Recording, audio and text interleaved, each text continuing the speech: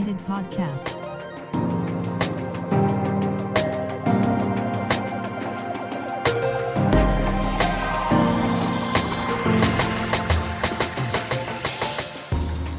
Welcome to Automated. I'm your host, Mark Verbenkov, and in this weekly podcast, we will be exploring the impact of emerging technology on jobs, society, as well as us, with business and technology leaders, researchers, and independent professionals across the world. So overall, this podcast has largely focused on a 10-year time horizon when exploring the emerging technologies that the many guests have brought up. And the main reason for this is that it's actually quite a challenge to predict what changes will come after this point due to the accelerating nature of technological development and the convergences between these technologies. But in today's episode, we look beyond the 10-year time horizon for the future of work with the help of futurist Matthew Griffin. So if you've ever wondered what jobs or skills will be relevant in the coming decades, this conversation should give you a really great place to start. And as we touched on many different topics, the conversation will be broken down into 2 different episodes, with this first part looking at the megatrends and technologies that are impacting the future of work, which industries will be disrupted, and what soft and hard skills will be needed for individuals for the coming decades. So Matthew Griffin has been recognized for the past 6 years as one of the world's foremost futurists, innovation and strategy experts. He is an international speaker who helps governments, investors, multinationals, and regulators around the world envision, build, and lead an inclusive, sustainable future. He's been described the advisor behind the advisors and a young Kurzweil. He is the founder and CEO of the 311 Institute, a global futures and deep futures consultancy working across the next 50 years, and the World Futures Forum and Exponential University, 2 philanthropic organizations whose mission is to reduce global inequality in all its forms and ensure the benefits of the future are accessible to everyone, irrespective of their abilities or background. He's the author of the futuristic Codex of the Future series and the book How to Build Exponential Enterprises. Matthew's clients include world leaders, royalty, G7 and G20 governments, and well-known multinationals including Accenture, Aon, BCG, Centrica, Deloitte, LinkedIn, Microsoft, Qualcomm, and many, many others. Great. Matt, thank you very much for coming on to the Automated Podcast. It's great to have you here today. I've looked at your website. I've looked at some of the keynotes that you gave. So it's I'm very happy to have you on and to explain some of the things that you do. I think it's really interesting. Thanks for coming on. No, thank you, Mark. So one of the things that I like to start off with all of my guests is to also give maybe a little bit more of a personal touch to the ideas that you give out. Where did your initial interest come with foresight, with futurism, with technology? These are kind of some of the main topics that we'll be touching on, as well as the future of work. So just kind of like getting your own personal interest. Where did that initially come from? So thank you for the question. So I've always been interested in technology and science. So actually, not a lot of people know this, but my background is I'm a marine biologist and oceanographer. I used to be a park ranger and everything else. I work with the UNHCR, basically on the coral reefs of Belize and the Caribbean and all the way around the world. Mm-hmm. So Arctic environmental ecosystems, coral reef ecosystems, that kind of stuff. Fell into technology early on, so a little bit by accident. Ended up working sort of for companies like, EMC, IBM, Atos, those kinds of organizations. And then, frankly, that's where I've always had an interest in the future. Mm-hmm. But it was really within those organizations that my interest in the future basically went from, should we say, middle gear, basically to high gear. And there were a couple of reasons for that. So firstly, when you have a look at the vast majority of organizations on the planet, they care about 3 things, really. Reduce cost, reduce risk, and grow revenues. Yeah. The vast majority of technology organizations are great at talking to companies about the first 2, but they aren't really that good about talking about the third, the third one, growing revenues. Mm-hmm. But what really sort of got me engaged basically with the future was the fact that so many of the organizations that I worked for, along with, as well as the organizations that I worked with, really had difficulty seeing the future. And the main impact that that caused on the ground was redundancies. So, if you have a look at IBM, for example, I was there during the times where, they laid off 50,000 people because at that stage, AWS, the cloud company, basically was starting to come up.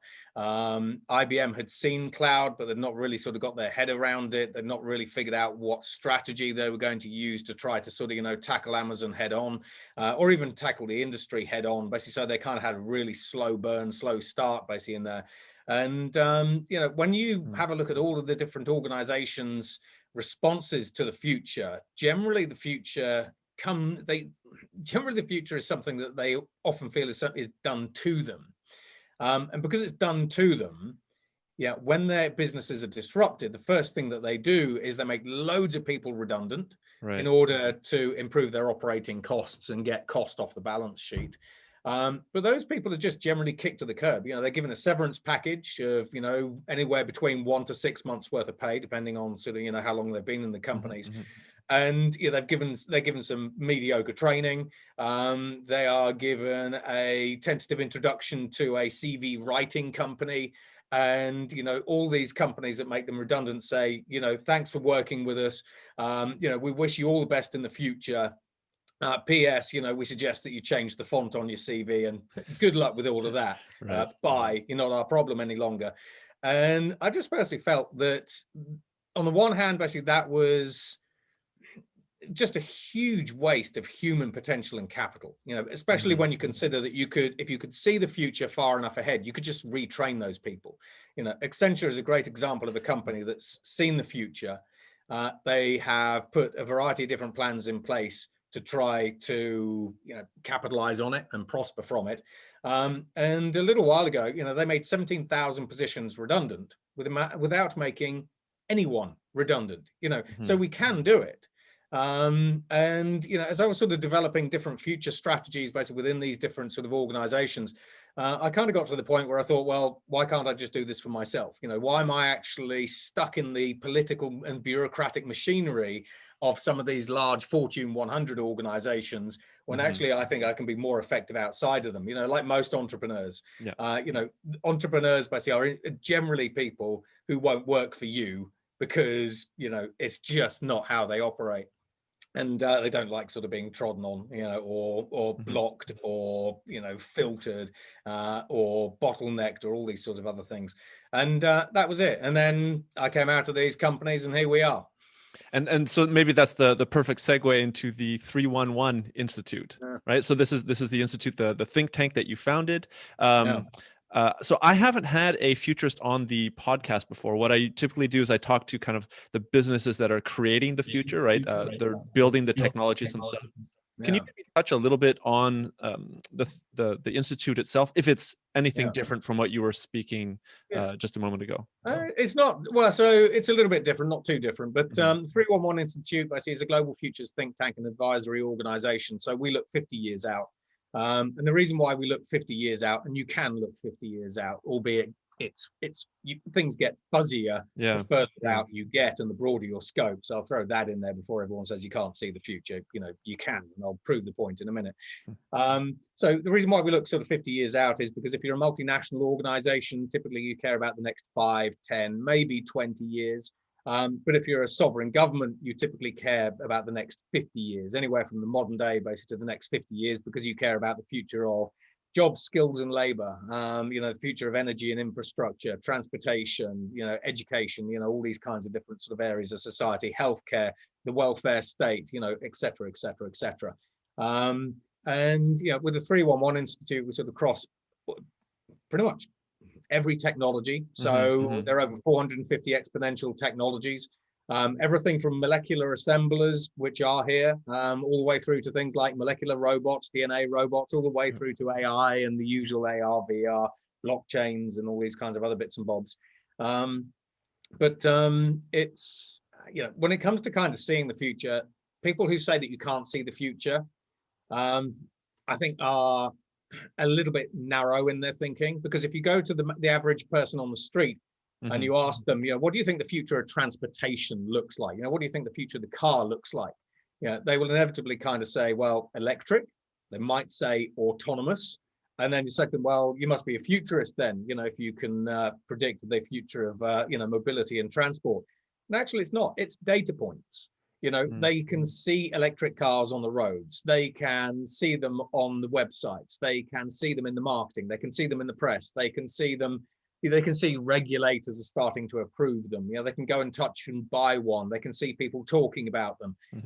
So when it comes to trying to predict the future, it's data points. But the further out that you get, the broader your field of view, the fuzzier everything gets, because there are so many variables that can kind of kick that future in a different direction. And then from a futurist perspective, it's not just what does the future look like, it's when is that thing going to emerge, and what is the impact of that thing on me, my business, my country, whatever it happens to be. Yeah, which I think would be so highly relevant for these governments and for the businesses that you're consulting with, to make their workforce not redundant at a specific point in time. Yeah. Well, I mean, absolutely. If you have a look at certainly post-COVID, the future of work and the workforce basically is coming into more focus than it's ever been before. If we just have a kind of look at this, just one stat. So I've sort of been writing a new codex. One stat that really stands out for me, just to kind of put the economic impact basically of COVID into perspective at an individual level, is the world's top 600, the world's billionaires, within 1 year, so that's kind of March 2020 to March 2021, have increased their overall net worth by $3.9 trillion. So it's now standing at about $11.2 trillion. When you have a look at the world's sort of, general working population, the estimate is that they have lost $3.7 trillion, almost the equivalent in earnings. Hence, we see this kind of this increasing wealth inequality and sort of these wealth gaps basically coming through. And from a government perspective, governments are in the hole for tens of trillions of dollars now. They've got to find ways basically to kind of get that money back onto the books so they can balance their economies. The only real way that they can do that is via taxation. Governments basically sort of see that global economic power is shifting, the workforce and how people work and where people work basically, and all these sorts of things basically are shifting as well. And they are increasingly worried basically about, how do we actually get, if you look at the UK, how do we get the $2.1 trillion worth of debt that the UK owes various, global asset managers and everything else, back? So that we can prosper as a nation. It's the same with Europe, with the $1.85 trillion stimulus, the European Recovery Plan. US, $2 trillion basically over there, et cetera, et cetera, et cetera. So lots of conversations about lots of things. And I think as you rightly pointed out, COVID is kind of one of these events, right? The event that pushed all of these things really into the forefront of everybody's minds. Whereas before, maybe you would go about your day, go about your month, your year, not really thinking about these things. But right now, it's in everybody's faces, kind of all the time. And I mean, even when you have a look at COVID, ironically, if you have a look at trends, some of the mega trends that's sort of been going on, you can categorize most trends according to a methodology that's called STEEP, which stands for society, technology, economics, or economy, environment, and politics. And COVID has had a major detrimental impact on all of them, except for technology and the environment. So the environment's obviously improved. Technology has come to the forefront as a tool that we can use to try to get back to the new normal, the great reset, to build back better, the recovery plan. And you can kind of guess which particular continent has come up with the name of the recovery plan, as opposed to, all these other sort of fancy, these fancy marketing taglines basically that some of these people have come up with. And it's taken a swathe right out of all of these different mega trends, and left very little untouched.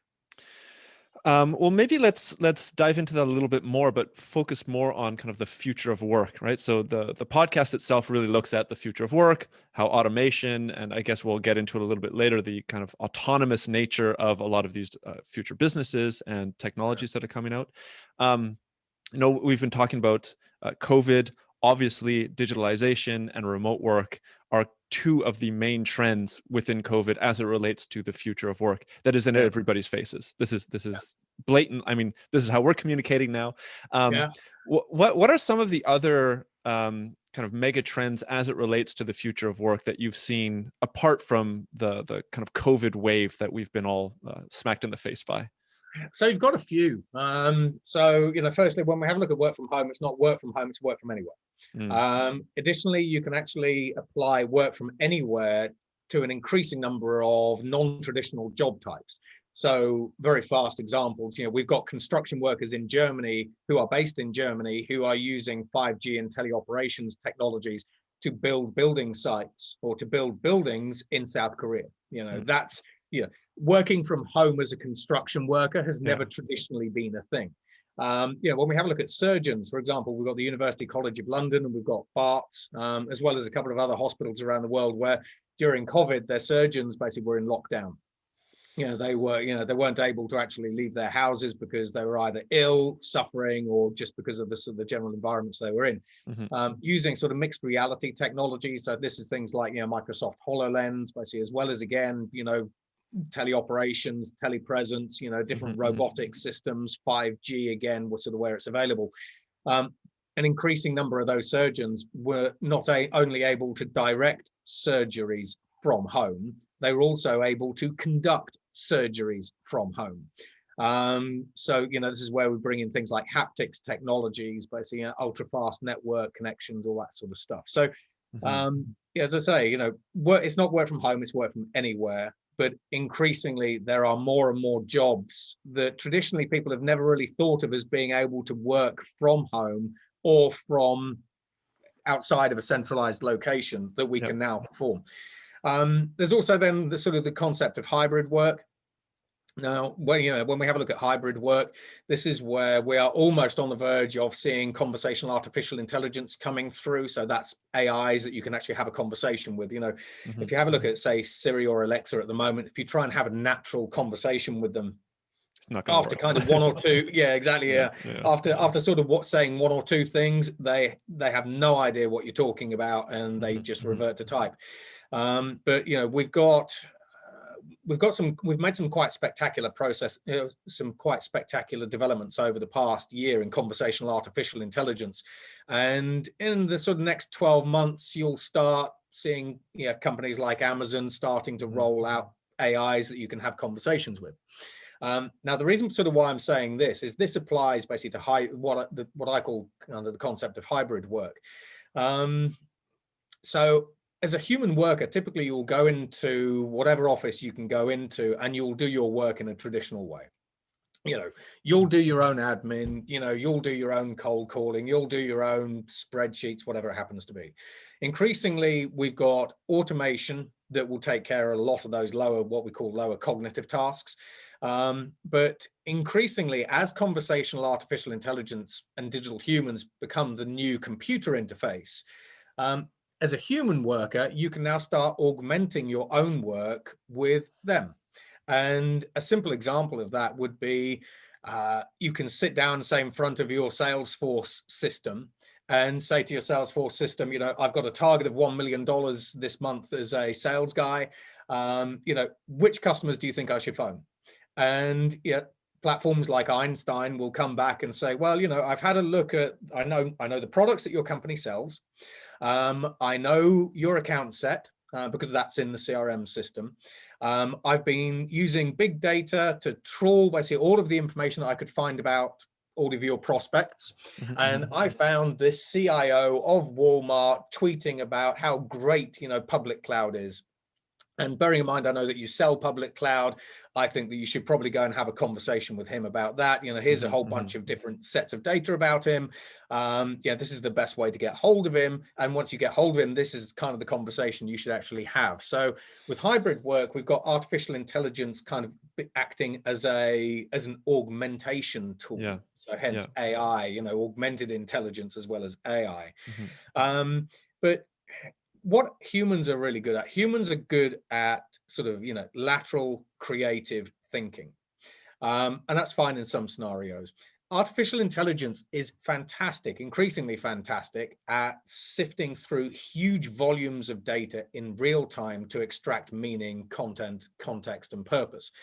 And when you start combining those together, all of a sudden, it does mean that you can work in more productive ways. Say, for example, you've got a global asset manager and he wants to go through shares. It's kind of like that Star Trek computer. Rather than, if you look at Bloomberg, rather than having to go through all these different data sets and tables to figure out which stock to buy, you just ask the computer, what stock do I buy? And it says Apple. And then using explainable artificial intelligence, you dive into it and say, well, why Apple? Why not Amazon? And it will say, well, based on your criteria on exits and investment strategy and your appetite for risk and stuff, I said Apple because, it meets these particular criteria. So we've got hybrid work and we've got AI starting to come into the workplace. And then, when we have a look at some of the other trends, teleoperations, telepresence. If you have a look at, for example, Microsoft HoloLens, they will kind of market that as a technology that they will market it as a mixed reality technology for work. I think on the one hand, they kind of miss the point, and they won't like me saying that. But realistically, what Microsoft HoloLens does is it gives people a way to digitize someone's physical presence. And that's interesting. Because, while you and I are sort of having this conversation basically over the kind of the traditional wires, when we look at hiring strategies, a lot of companies will say, what we want to do is we want to hire people, particular people that look like this, with these skills, but we would like them to be able to sit down with our teams in Madrid or London because we want to be able to encourage that one-on-one physical interaction, those kind of water cooler moments.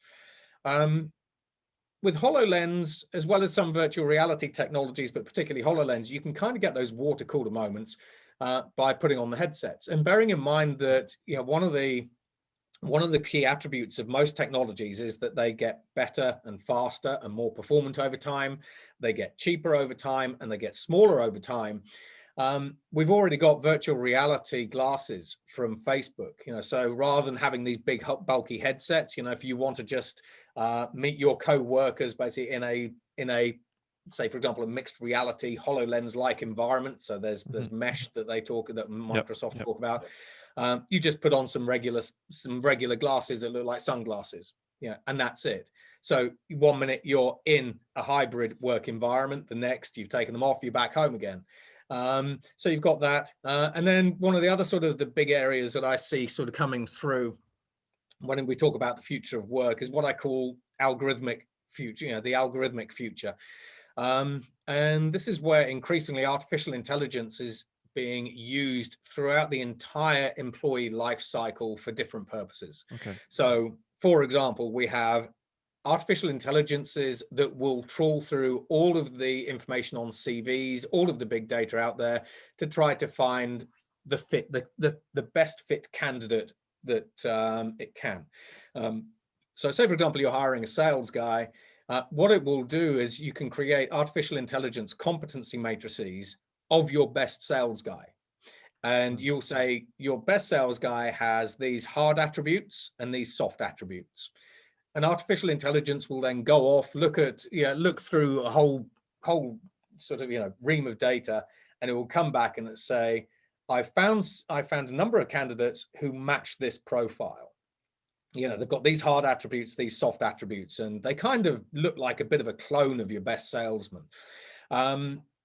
Once you then enact say, for example, a Zoom interview session, those AIs can be involved in that session. We've got companies like HireVue, you've got Eightfold, which is a really interesting AI sort of HR company, which I come on to. And this is where you have a human interviewer interviewing someone via Zoom, for example, but the AI is monitoring that interviewee's camera feed. It's monitoring basically what they say. It will look at microfacial movements, body language. It will figure out, it will listen to the language they're using, the tone they're using, to figure out their educational background, their character, their personality. The AIs basically are increasingly being involved in coaching. So this is where, for example, if I say to you, if we take you on as a potential candidate, can we trust you? And the AIs will come back and say, actually, pop something up on the hirer's screen, just saying, you asked that question, he said that you could trust him, but actually his pupils dilated, and with a 99% accuracy, he's lying. Because AI can now tell that you are lying with the accuracy of a polygraph via a webcam. And so this is where the AIs can then prompt the HR manager to say, you might want to ask that question again in a different way to see if you get a different response. So we've got AI in the hiring process that is almost being used as a surveillance-like technology to figure out if people have particular diseases, inherited genetic conditions, because they can tell your blood pressure from your face. They can tell whether you're ill from your voice. If you've got a bit of a gravelly voice, you might actually be ill. You can get huge volumes of data basically just from a webcam and a microphone. It's insane. And there's a Chinese company, for example, that with an 86% level of accuracy can tell whether you are intent to whether or not you will become a criminal. So your intent to criminality. Okay. You've got Israeli companies that can detect your character and personality, again, kind of with a 90% accuracy. Are you trustworthy? All this sort of stuff. So you've got AI there. So you've got AI finding talent. You've got AI helping during the interview process. You've then increasingly got artificial intelligence managing people. So we've seen that with Uber and Amazon. Yep. Where AIs have actually been managing people. Amazon, according to Jeff Bezos's latest shareholder letter, they now have an artificial intelligence that will use machine vision in the warehouses, and it will figure out that, if you're always picking up a box like this as a human, if you suddenly pick the box up slightly differently, you might be a bit tired. And if you keep picking it up like that, if you keep picking it up to the side, then you might end up with backache, and you might end up going suing Amazon, or you might end up costing Amazon money, or you might have to take time off, heaven forbid. So now, for example, within Amazon, you've got AIs that are managing people, but they're also trying to monitor people. And then what they will do is, if they figure that your posture is wrong when you're doing something, they'll try and correct it. But then they'll assign you another task. They'll say, right, I'm going to stop you from picking up boxes. I'm now going to move you over to a fulfillment line, for example. You've got Uber, basically, Uber's AI that recently got taken to court in both the UK and Europe, because it was monitoring the performance of drivers as they were doing various things and then automatically firing them. So when I talk about the algorithmic work, we have AI finding people, helping hire people, increasingly managing people. There's a platform over in Asia that's managing 400,000 gig economy workers, and they don't know it, and then firing people. And in the Uber's case, the UK court overruled Uber's artificial intelligence and got it to reinstate 5 of the workers. The others didn't win their cases. So we have this concept of algorithmic work where you are now where AI is now becoming your boss. Yeah. And that's before we talk about autonomous companies. Okay, awesome. A lot to get through. I think if I'm putting myself in the shoes of some of the listeners, especially on the kind of the last point that you were saying, I would think that there would be a significant amount of fear coming up as we're talking about these the main trends, but it's more towards this AI trend, right? If you're having some cold, non-hearted AI becoming your boss, making hiring and firing decisions, how does that benefit the individual worker? To me as a listener, it might sound more that the boss, the entrepreneur, the corporation might benefit more than the actual individual. So inevitably, basically, the individual doesn't really benefit, and that's before we get anywhere near talking about AI bias, et cetera, et cetera. So, an increasing, and this is sort of where, when I'm working with the clients that I work with, particularly from an HR and workforce perspective, this is where I encourage basically kind of like the CHROs and the CEOs and the CFOs, basically businesses, to actually make sure that those businesses maintain their humanity. Because when you're having a look, if you have a look at all of these different things, basically from a company's bottom line, if I can use an artificial intelligence to help me manage you, then I don't need a manager. We've got Bridgewater Associates. They've got $160 billion under asset. They're trying to automate the entire company, starting with the management team, etc. So I can reduce costs because I don't need as many managers. I can use artificial intelligence to monitor your behaviors and your work and your workflow to help me improve your productivity. So that's kind of a benefit there.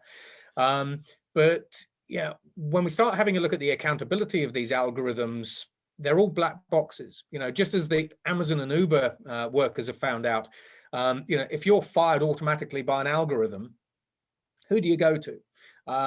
Who helps you? Who even understands? Which law firm even understands how they can start, ripping these algorithms apart? That's when we get into IP and law. That's a completely different kettle of fish.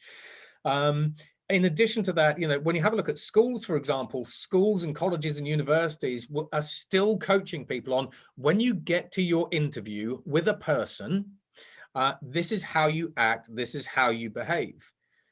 When we have a look at the interview process, a lot of these universities do not tell students, what to do when an artificial intelligence is being used to monitor and surveil your answers, and how you should, react, how you should use, what body language you should use, intonations to be careful of. So it's an increasingly worrying trend. We are taking, to a degree, we're taking more humanity out of organizations. And then when you have a look at the Fat Bag Collective, so you can switch in the companies as you like, but kind of Facebook, Apple, Tencent, Alibaba, Google, Amazon, depending how you want to round out the Fat Bag Collective as they're known.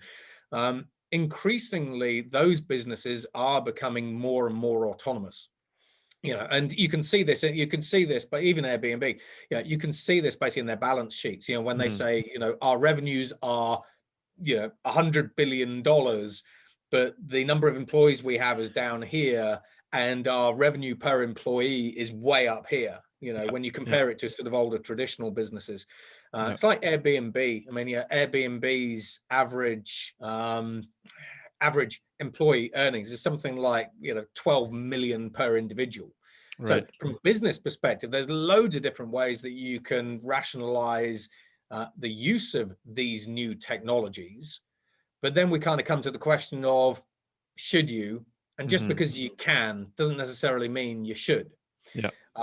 And that's where you then should really be having conversations and debate about the intelligent and humane use of these technologies, and explaining to employees basically that these technologies are in use and what that means for them, their personal privacy, and all this kind of stuff. Right.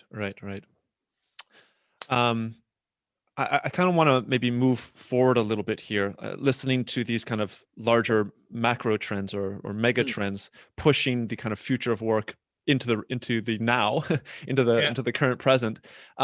It really sounds like there are, vast potentials for organizations, but also a lot of problems for organizations that don't necessarily take the technology by the reins. What do you kind of see as the future of these organizations that don't take the technology? Like, are they going to be disappearing over the next couple of years? I'm reading a report that came out by McKinsey a couple of years ago that was saying something like the average Fortune 500 company was existing for something like 68 years or something like that. over the last now it's only 18 years, and it's just going to keep shrinking and shrinking and shrinking. So there's high turnover in the employees, but also high turnover in the leading companies in the world. Maybe you can touch on that.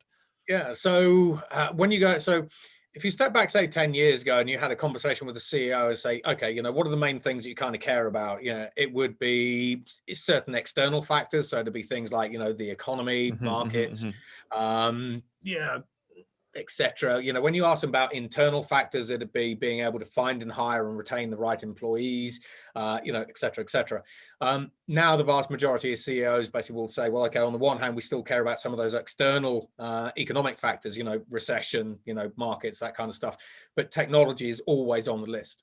In fact, it's increasingly easy to make the point basically that every single business is becoming a technology business. If you have a look at the automotive industry, so if you have a look at industries that have traditionally always produced assets, manufacturing, and they've produced product, hardware products. If you look at the automotive industry, for example, Ford is a great example, where they say, we're a technology business now. We are writing software for fully autonomous cars. If you have a look at Tesla, they increasingly just refer to their cars basically as as hardware on software rails. So kind of like the car is basically a giant smartphone with an app. So there are more and more organizations, General Electric, if we sort of look at that kind of extreme, with Predix, they spent $4 billion basically on Predix, which is this giant Internet of Things platform, which will let them query lots and lots of different assets, from wind turbines to jet engines in the field in new sort of interesting sort of ways, using behavioral languages. So increasingly, banks, look at JP Morgan, Goldman Sachs. Goldman Sachs, it used to be the case that around 10% of the workforce was technology, whereas now increasingly that's edging up to 90% of the workforce are data scientists and technology. JP Morgan is spending anywhere between 1.5 to about $3 billion trying to reinvent itself from a technological footing, particularly when we look at decentralized finance, Bank 4, and competing with fintechs, that sort of stuff. So the general message that this kind of sort of puts out, Bessie, is if you're an organization and you aren't paying attention to the technology or trying to figure out new ways to use it for your own advantage and your customers' advantage, then you're generally going to be left behind. The pandemic is a great example of that. We've seen lots of businesses go to the wall, unfortunately, in part because, for example, they didn't have e-commerce sites. There was in the UK, basically one of the UK's largest retailers basically went to the wall because their e-commerce site was rubbish. And then everyone will tell you that as a retailer, you should probably have a web shop. Straightforward stuff like that. But when it comes to trying to sort of get your head around the technologies, what the technologies are, what they can do for your business, why you should care, how you should use them. We're seeing so many more powerful technologies coming through now that it's getting increasingly complex. It used to be the case that, in the 1980s, the only technology that you really cared about as a business was kind of computing, because you knew it would get more powerful and cheaper. And then you'd wonder what you could do with that next year, and the answer would be analyze stuff more, analyze more stuff faster for whatever benefit. Whereas now I'm coming into your business and I'm saying, okay, what are you doing with 5G, IoT, digital, cloud, AI, blockchain, AR, VR? What are you doing with conversational artificial intelligence? What are you doing with 3D printing, 4D printing? What are you doing with gene editing? Bearing in mind that gene editing is a general purpose technology, which has got serious implications for the energy companies, for example, silly stuff like that. And, when you sort of go and have these conversations, basically with senior executives, basically they just go, no idea. They used to have to kind of get their head around, what one technology meant for their industry, their business, their future prosperity, their clients, et cetera, let alone all the usual consumer trends and industry trends and megatrends that we talk about. Whereas now, basically, they're having to try to look across an increasingly large spectrum of increasingly cheap, affordable, accessible, powerful technologies that any one of them basically can rewrite the rules of their industry. And that's a challenge. And then we kind of get to that next challenge of, when you have a look at McKinsey, they go, you should have a look at technology. yeah, and people sort of go, okay, so I've had a look at technology. I think that there are some benefits to our business. And now we get to the point of how do I implement it? How do I deploy it? And then how do I actually future-proof my business? Because as soon as I've deployed that technology, it's generally going to be morphing into something else. You know, if you have a look at AI, we've got artificial intelligences that are now evolving.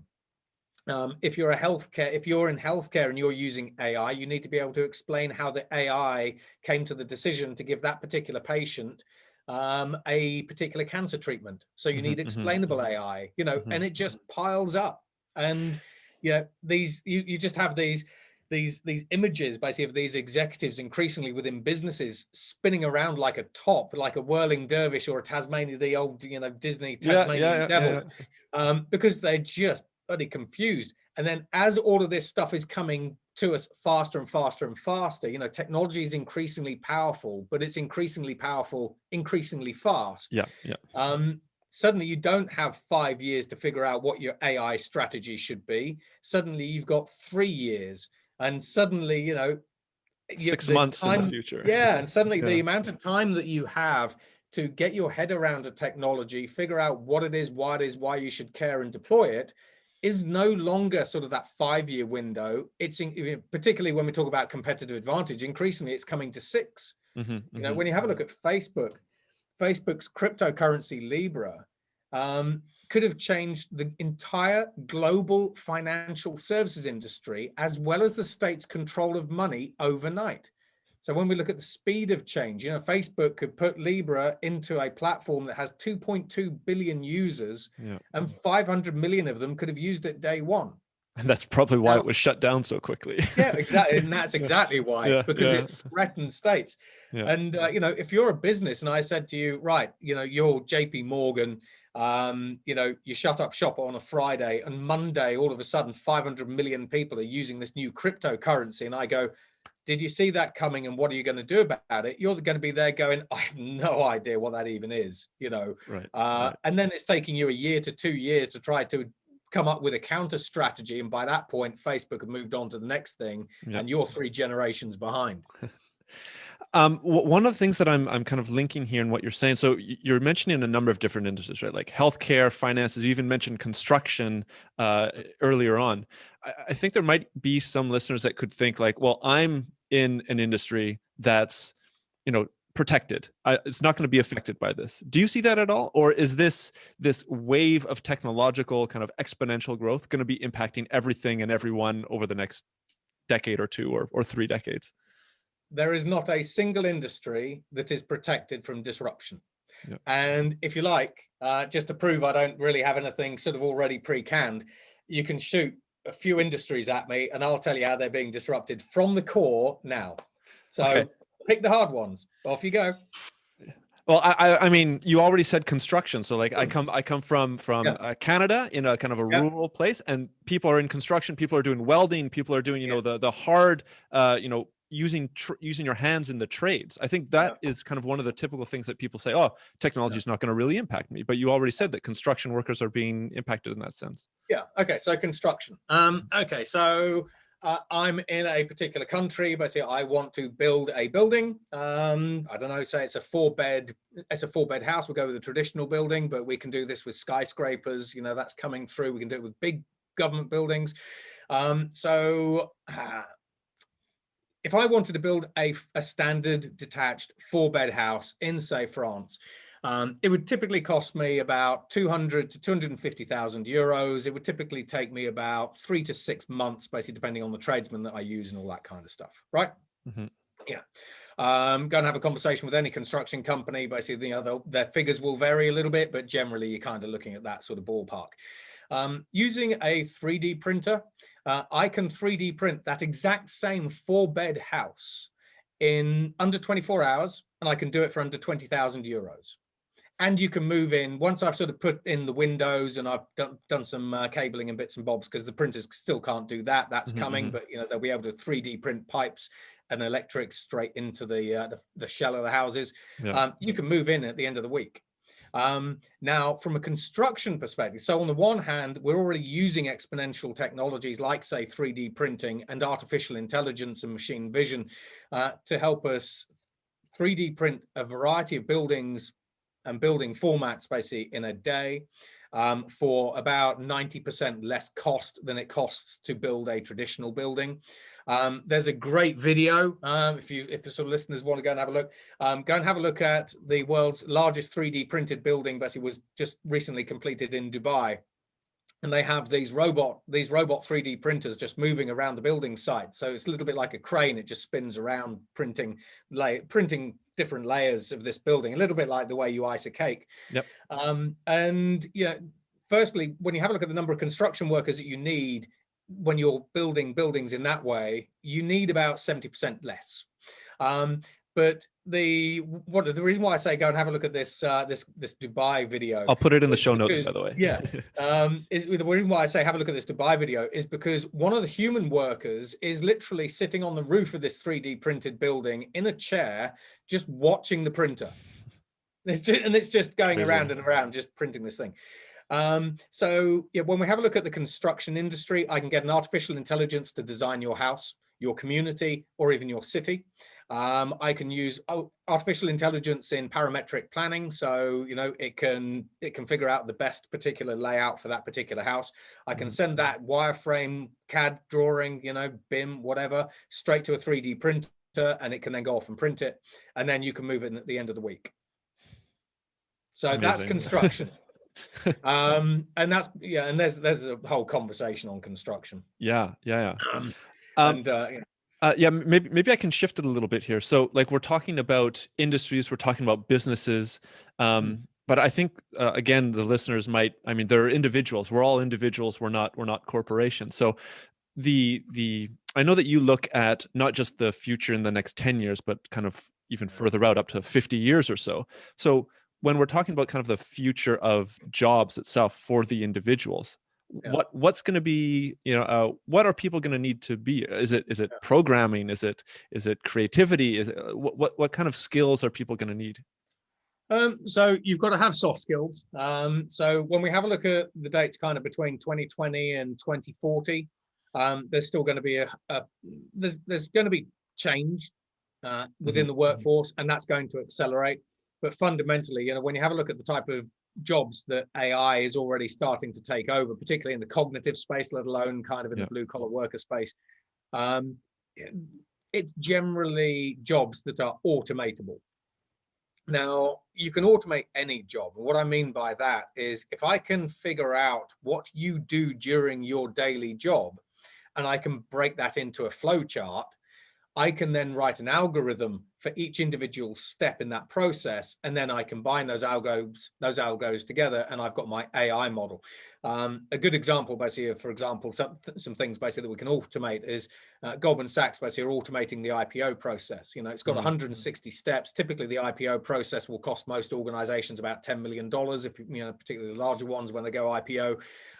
Goldman is already automating the entire IPO process. So you can automate anything. You can automate creativity as well. We've got general adversarial networks, what I call creative machines. You've got these kind of coming out of companies basically from likes of Autodesk. You can also call them generative design platforms.